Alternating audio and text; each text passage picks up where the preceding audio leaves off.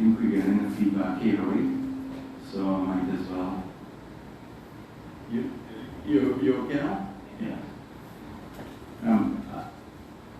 So yesterday evening, I posted on my Facebook page an interview just under 2 hours that I did with the Vice News, news media out of the United States of America. I hope by now most people would have had a chance. I know it's very long, but would have had a chance to see the entire interview.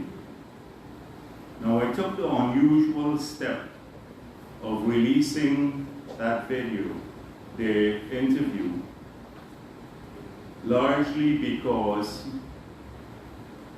in the interview itself, I thought that there was a predetermined agenda of the interviewers. And I had suspicions that the interview may be used in a manner out of context, where the elements are just clipped from it and utilized to carry a story that the interviewer wanted to portray about me and about the country.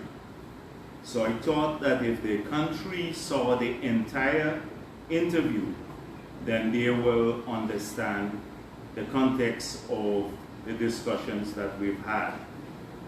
And they themselves would see some of the inherent biases that were portrayed in that interview.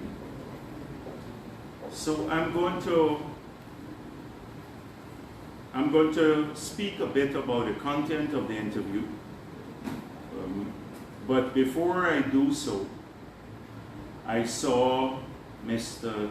Norton saying, I saw the story in one of the news media, that if I wish to disprove these allegations, and what allegation was he speaking of? The interviewer asked me, do you take a bribe? And I said no. And then they said that someone told them that they collect money for me. And so that's the allegation. And I said, that's not true. So they would never, ever find that anyone who can say they've given me a bribe, or any evidence of anyone giving me a bribe directly or indirectly, because I never took a bribe, and that's why I was so confident about it. Now, the mere fact that the question was asked, it's loaded. So on all the airwaves and the stories, Jagdeo denies taking a bribe. So already that brings associate the bribe word with my name. But let me make it very clear, there will be no evidence, there can be no evidence, because it never happened. And that's why I was so confident about it, about saying no when the interviewer asked me that question.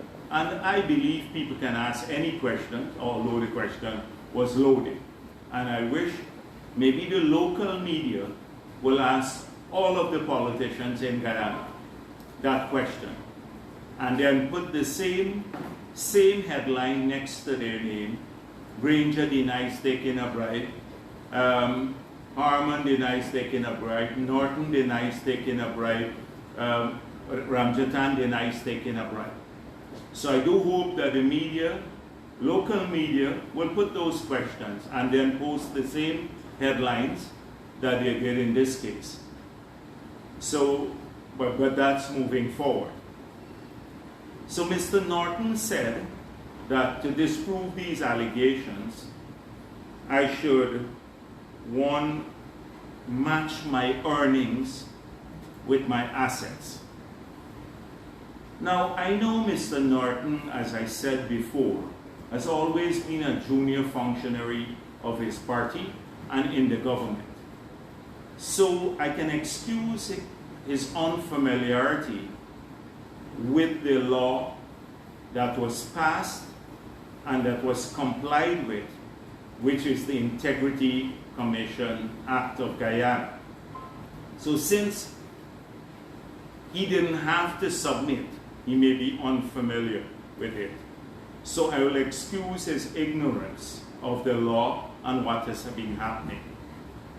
Now let me just say for Mr. Norton's education that in 2000, year when I became president, 1999. From that year onwards up to 2015, the government and government officials, cabinet officials, they submitted every single year their statements of income and assets to the Integrity Commission, precisely so that if the assets far exceed your income, then it would be evident and an investigation could be triggered, and the penalty in the act is a year imprisonment for false declaration or no declaration. Now what happened in the post-2015 period when his party was in office? For the first 3 years, they did not submit any statement of income and asset to the Integrity Commission. They have not done so. The PPP, as soon as we got back into office, we have been submitting. For the 2 years we have been in office, and for personally, last year I submitted, in fact the year before too, even in opposition, I submitted. Last year I submitted my statements of income and asset for the 2022. So that is precisely what has happened, and it's shameful that Mr. Norton, his party having such a sordid track record. In the 28 years they were in office, nothing of that sort existed. And in the 5 additional years they were in office, 3 of those years, they refused to submit any statement. In fact, disbanded the Secretariat of the Integrity Commission. So when you talk about matching assets with income, that is where it's done. Secondly, in the interview itself, I said that the Granger administration, in the period running up to 2015 elections, they used to say that Jack Day was corrupt, they would jail him upon assuming office, that I stashed assets all around the world. And so I'm aware that they did investigations. They had our submissions to the Integrity Commission. They knew they had access to the local bank accounts, and they looked at our foreign assets. So when I said they looked at foreign bank accounts, it didn't mean we had foreign bank accounts, but they examined whether we had these accounts. The fact is that I do not have a foreign account. I do not. So when he said I must release my foreign bank accounts, I do not have, and it could be easily verified. I do have 2 accounts, and they are both at the 2 local banks, and all of my source of income will be accounted for at these institutions. So my source of income, my earnings are accounted for, whether it comes from my government pension or income from rental. The contracts are with the bank so that they can see the source of my earning. Similarly to all the assets I've acquired, they have been done through the banking system, through the banking system, so you can trace every asset that I've acquired back to the banking system. So that is for transparency. He cannot speak with such clarity and surety about his own party. I can forgive him because, as I said before, he was a junior functionary and he may not have to declare, or he may have used up his asset at a particular alley in this country. But the thing is that I can speak with great clarity and my assets and income are matching. Now, he said he called on the police, and that's the best way to deal with this matter. That any evidence of corruption, because you have allegations all the time across the political spectrum, but any evidence of corruption, or the police is the best place. That's where it should be investigated. Now, we were subjected to Sahara and Soko upturning our lives. And the worst that they could find for me, remember what they were saying, is that I bought the land from the government at a lower than market price. When I demonstrated that the price I paid at that time for the land was even higher than what the market value for land was when we go out to tender. That was the only thing that they, after scouring everything, and they had the tools, they had state power. So, and they could have checked everything. So, I'm really sure that Mr. Norton did not think this issue through, because now he's new, and so he wants to jump in on the matter. Now let's go back. So let's rest Mr. Norton for a moment. And let's go to the interview itself. So clearly from the beginning of the interview, I had to make the point that we are a small country, and if you look at the interview, we do not want to be caught up in a Cold War-like scenario between the United States and China. The last time we were caught up in a Cold War type of atmosphere, it led to the CIA and the British Secret Service intervening, dividing our people, and led to a dictatorship for 28 years in this country because of Cold War politics. And so we believe in having friends everywhere, that we are going to assess relationships on what's good be, on the basis of what's good for our people. What's good for our people, that's what we're going to be pursuing. So we don't want to be caught up in that. We have close relationship with the United States of America, and we have the US is the biggest source of investment now in Guyana, but we're not going to be caught up in an anti-Chinese hysteria. I made that clear in the interview.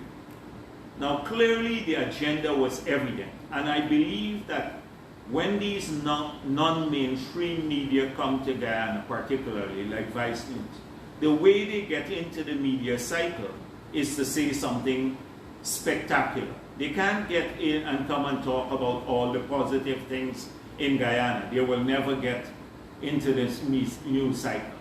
So I believe it's China gets attention in the United States of America. To prove that a government is controlled by China is big news. Or a corrupt third world country controlled again by China. And I sense that this was the narrative right from the beginning. So it started off with us talking about Taiwan and the decision that was made, you know, to have Taiwan establish an office here that was reversed the next day by the government of Ghana.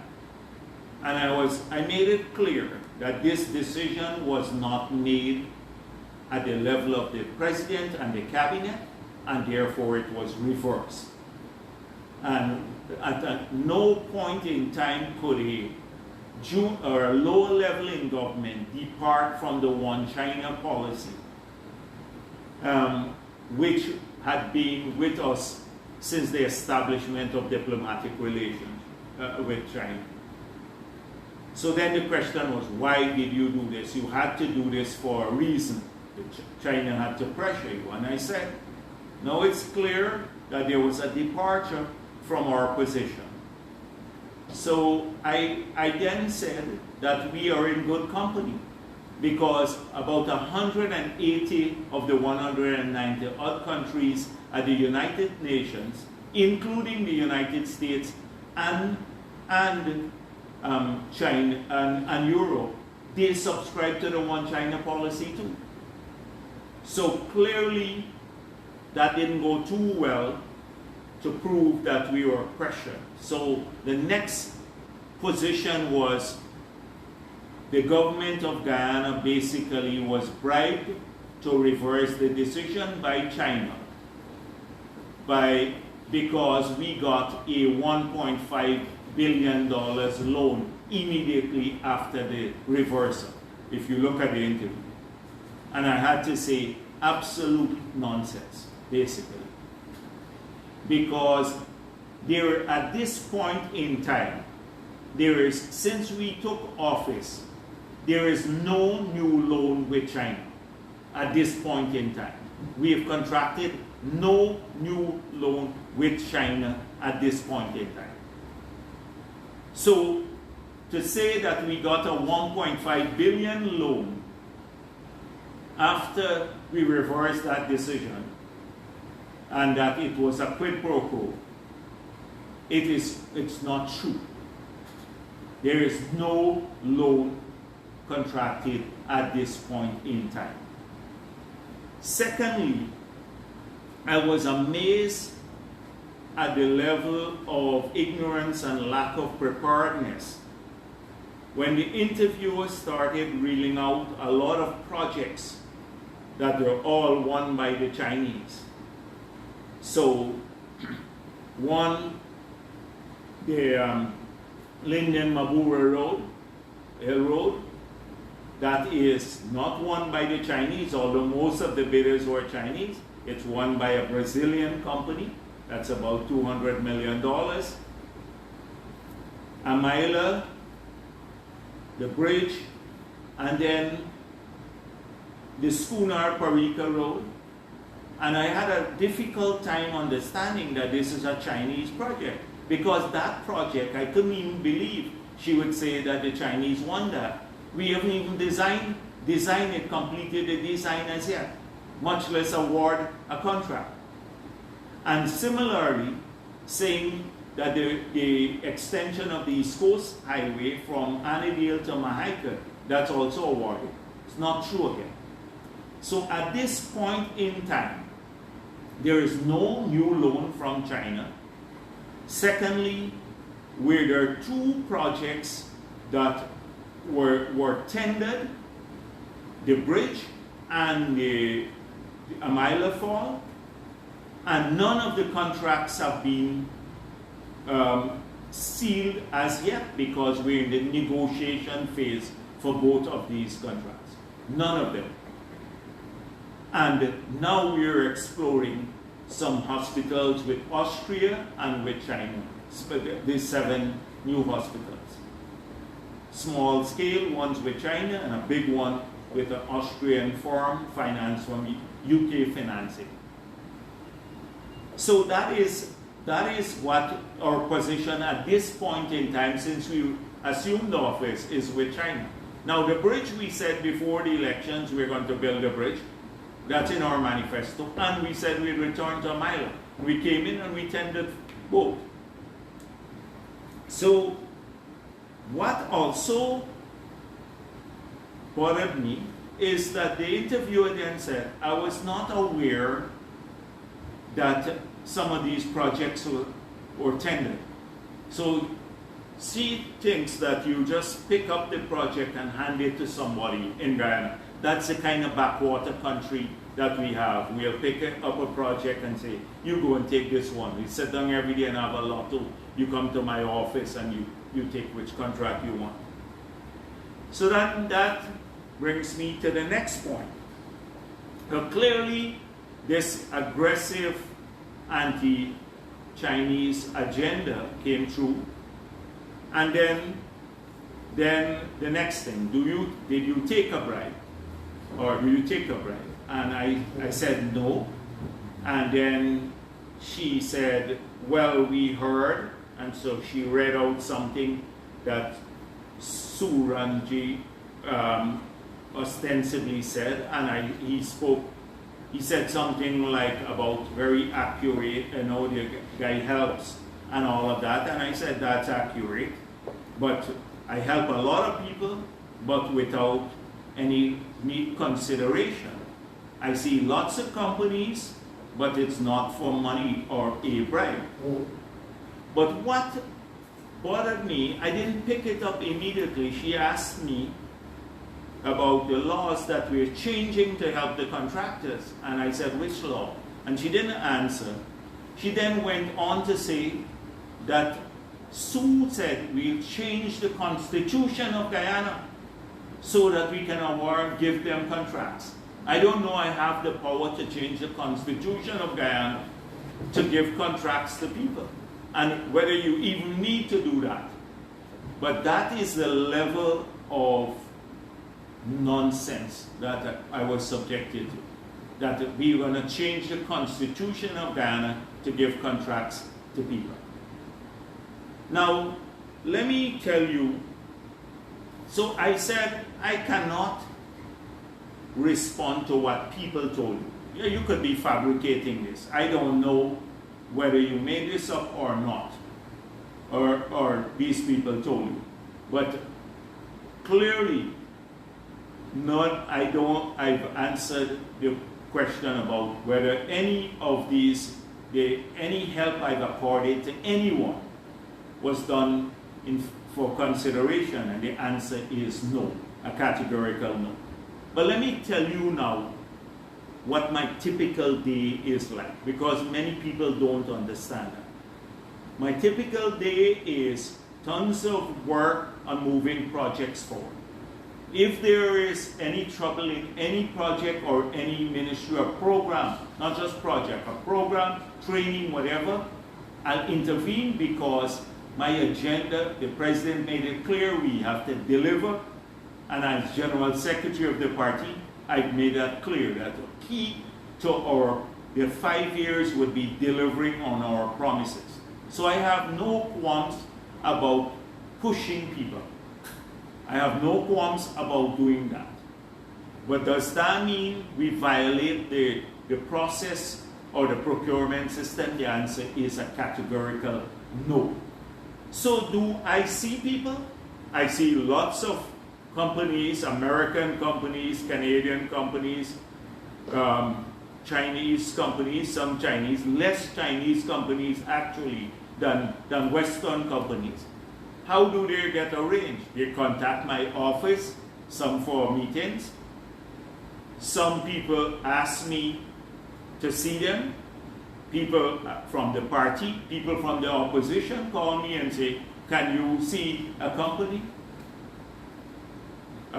Any friends will call me, but does it mean that I'm doing this for consideration? The answer is no. I'll see people, a lot of people. I see individuals. I have them, people as General Secretary from the party come to see me to resolve a lot of issues. So I meet a lot of people, I work with it. Now, I've had experiences too, where one person that I know of, a female, she was basically telling people that she could gain access to them and collecting, well, not favors from them. And I discovered that, and I stopped seeing anyone that she asked me, because she is a member of, she was working with us in the opposition. So I don't know what discussion people have, what they tell investors or people if they arrange a meeting.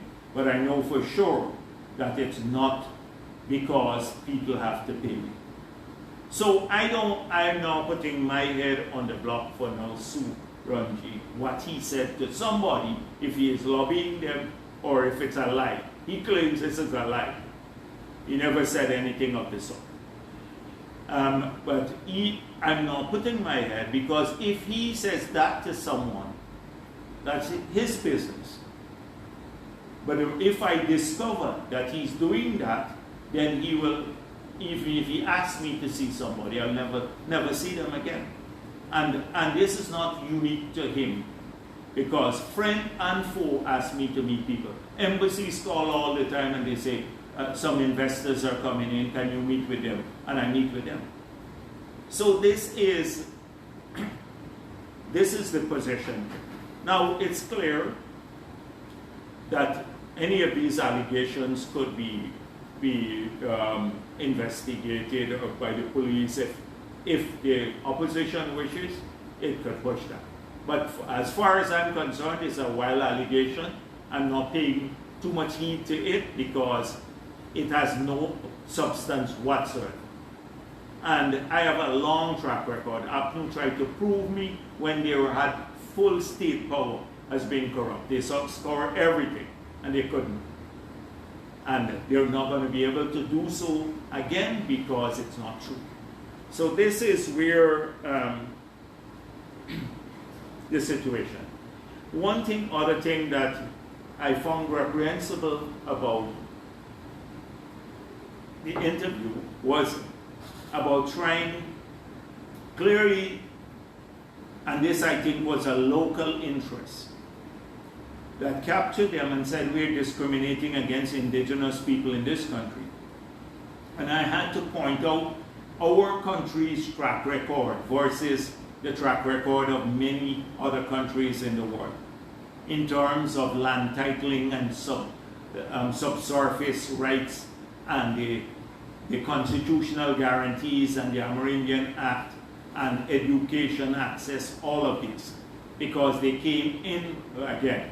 So it's either you discriminate against indigenous people, you're in the pocket of the Chinese, or you're corrupt. That's the agenda. And so I was not going to buy into that agenda.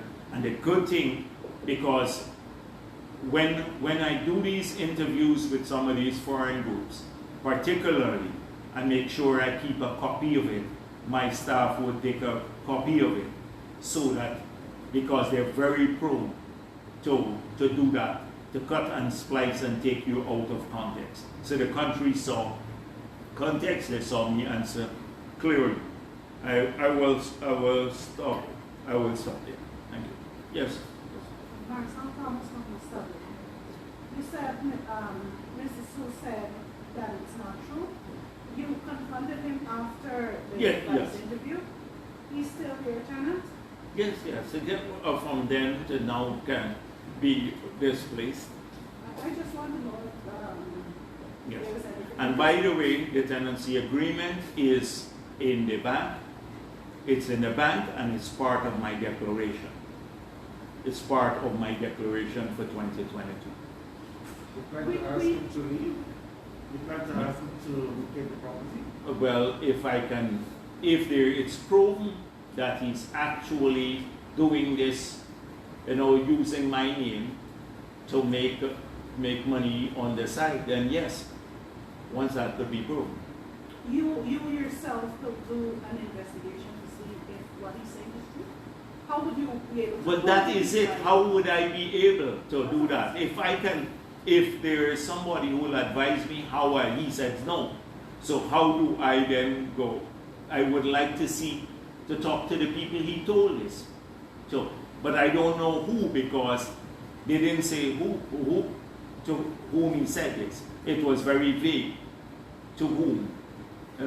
So if you could help with that, that would be ideal for me. Well, helping with that is one thing. Accessing him is another. We tried calling him his cell phone. He put us onto his interpreter. saying that he can't speak good English or something. They said to call back and the phone shut Yeah, off. but he said he couldn't speak good English. Okay. Mr. His Jackson, grandfather was in Guyana over 100 years ago. You know, so. Mr. Jackson, I understand Yes. all you said there about your retention Yeah. and so on and so on and the rental. But there is a certain segment of John Public who says, where did you get all this money to build what they describe as a mansion Yeah. that the Rockets burned down, your property being stole, and so on? What do you say to them? Because it's all accounted for in my Integrity Commission statement. Clearly, that is where my assets are matching. So it's clear from there. So and that was there before. I acquired both before APNU came into office. And they had my Integrity Commission statements because this disbanded the Secretariat. I acquired both of those that you mentioned before APNU came into office. So I can't get caught up in this, and I wish you will ask, will you go and ask Granger? I saw they bought 17 acres at Port. Now it's in the official gazette of January 2nd of this year.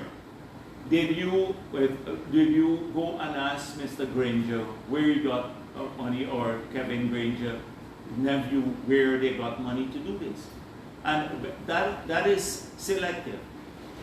That is very selective.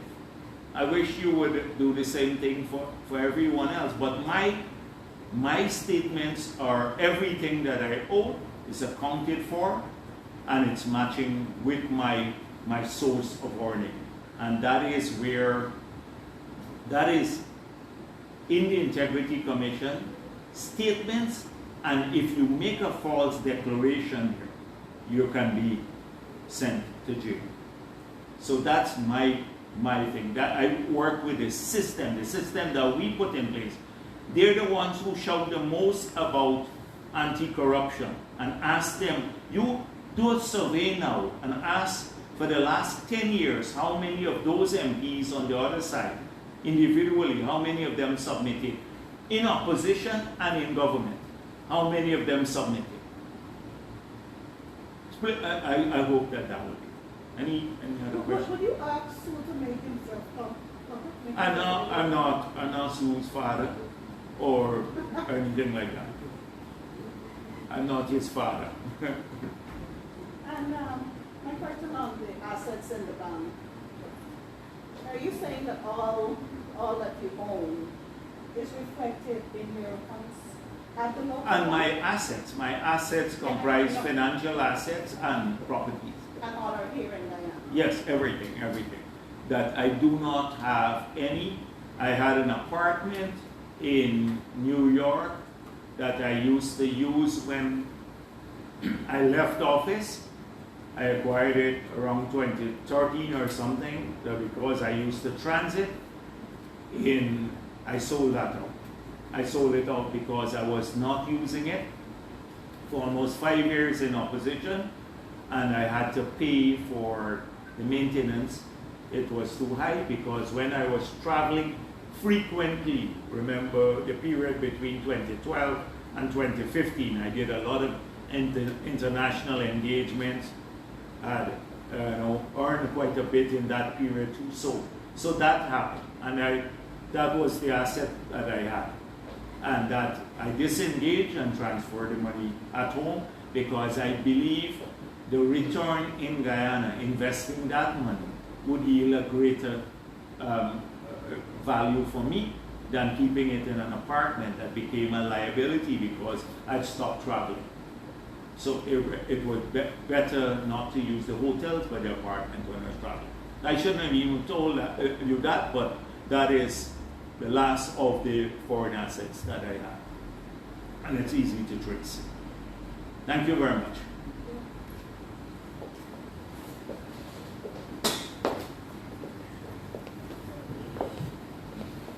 So, the man you want me to make you run a better. So Sue puts the English